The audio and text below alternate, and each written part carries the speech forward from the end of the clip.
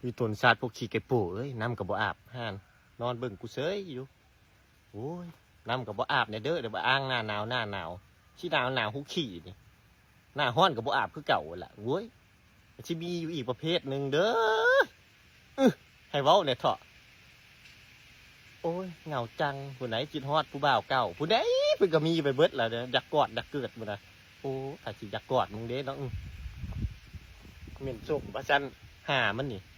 ขี้ใครยังเอือบคออยู่ผู้ใดสิอยากกอดเจ้าล่ะมาสร้างว่าอะไรเถอะ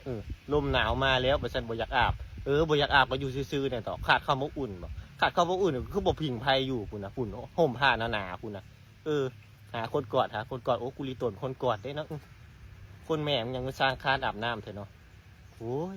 กุยก็กุยผู้เดียวตัวอันมึงเป็นอย่างนึงคู่ครัวอยู่นี่มึงอาบน้ำอยู่บ่นี่ฮะมึงอาบน้ำอยู่บ่โอ้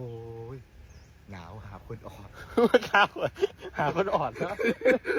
ไปทางนู้นไปหาคนออดเดี๋ยวว่าจะหาคนออดเดี๋ยวกูก็ยังไม่ได้อาบเพื่อกันนี่แหละ